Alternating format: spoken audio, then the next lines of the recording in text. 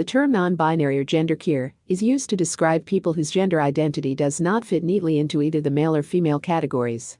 Since non-binary persons often identify with a gender that is different from their given sex, they belong within the transgender umbrella. However, not all non-binary people identify as transgender. People who don't fit neatly into two categories may feel more comfortable identifying with a range of options, including but not limited to a third gender, a combination of genders, a lack of gender, agender, or genderfluid.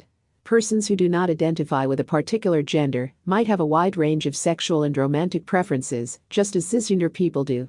Most intersex persons choose a male or female identity, therefore, being non-binary is not the same as being intersex. There is a wide range of gender expression among non-binary persons, and some may even reject the concept of gender completely. Similar to trans men and trans women, some non-binary persons get medical treatment for gender dysphoria in the form of surgery or hormones.